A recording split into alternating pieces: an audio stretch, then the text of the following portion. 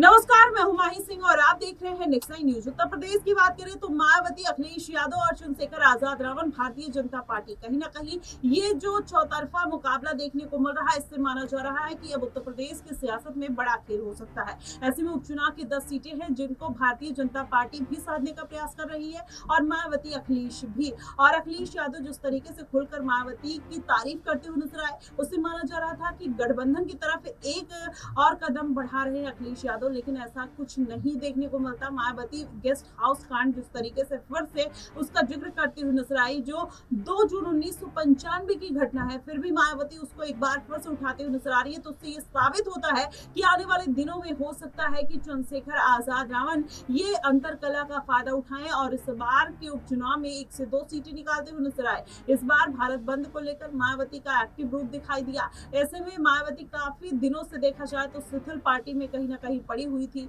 लगातार उनके लिए यही बात आती है कि वो अपनी बात तो रखती हैं, लेकिन ना कि जनता के बीच में जाकर रखती हैं, बल्कि ट्वीट के माध्यम से अपनी बातों को रख देती हैं। और सबसे ज्यादा एक्टिव इस साल अगर पॉलिटिक्स में देखा जाए तो मायावती ही रही है। और वही पॉलिटिक्स कहीं ना कहीं देखा जाए तो अखिलेश यादव भी करते हुए नजर आए, लेकिन जो एक्टिवनेस मायावती की सोशल मीडिया पे दिखती है वो जनता के बीच में नहीं दिखती। शायद यही कारण है कि उनका गिरता हुआ जनाधार लगातार और भी नीचे गिरता हुआ जा रहा है। वहीं आजाद की बात करें, आजाद लगातार जनसभाएं करते हैं, रैलियां करते हैं और कहीं ना कहीं वो जनता के मर्म को पहचान चुके हैं और यही कारण है कि उनकी लोकप्रियता दिन पे दिन बढ़ती हुई नजर आ रही है। लेकिन अगर बात कर लिया जाए मायावती और अखिलेश यादव की, अखिलेश यादव इस बार जिस तरीके से राजेश चौधरी के एक बयान पर अखिलेश यादव मायावती के लिए भड़कते हुए नजर आए, मायावती उनका आभार व्यक्त करती हैं और कहीं ना कहीं उनका जो आभार है वो कब निराधार हो जाता है वो पता भी नहीं चलता। ऐसे में भारतीय जनता पार्टी इस बात को कोई मुद्दा नहीं बनाना चाहती है, ना इस बात को कोई तूल देना चाहती है। लेकिन अखिलेश यादव जिस तरीके से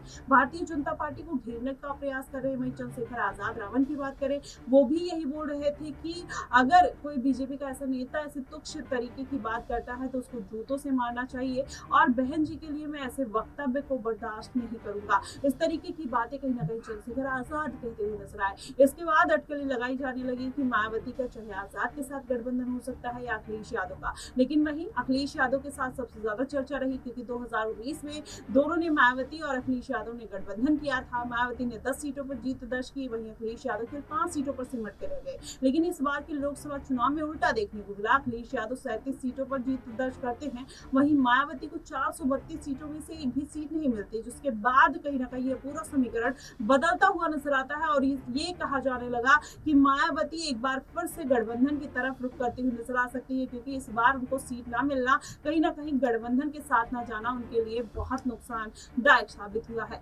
ऐसे में क्या वाकई में अखिलेश यादव के साथ न जाकर मायावती गलती कर रही हैं? और यही कारण है कि अखिलेश यादव भी मायावती की जरूरत देखते हुए उनको ऑफर करते हुए, उनको सपोर्ट करते हुए नजर आ रहे हैं और भारतीय जनता पार्टी को घेरते हुए नजर आ रहे हैं। वहीं अगर देखा जाए तो मायावती एक बार फिर से गेस्ट हाउस कांड का जिक्र करके कहीं ना कहीं अखिलेश के इरादों पर पानी फेर देती हैं और भारतीय जनता पार्टी की तारीफ करते हुए नजर आ जाती हैं। तो कहीं ना कहीं ये जो बात निकल कर आती है कि मायावती अखिलेश यादव की बी टीम है, वो मायावती ने एक बार फिर से साबित कर दिया है। ऐसे में अटकलें लगाई जा रही है कि मायावती फिर से अकेले ही चुनावी मैदान में उतरेंगी, चाहे इस बार के उपचुनाव हो, चाहे आने वाले 2027 के विधानसभा चुनाव। देखना दिलचस्प होगा कि अखिलेश यादव का ये प्रयास जो है वो सफल होगा या नहीं। वही देखना दिलचस्प होगा कि क्या वाकई में मायावती अखिलेश यादव के साथ गठबंधन करते हुए नजर आएंगी या फिर चंद्रशेखर आजाद रावण को वो साधने का प्रयास कर सकती है। फिलहाल आपको क्या कुछ लगता है, आप हमें कमेंट बॉक्स में जरूर बताइएगा। फिलहाल के लिए बस इतना ही। देश और दुनिया की तमाम खबरों के लिए हमारे साथ बने रहिएगा नेक्स्ट नाइन न्यूज पर।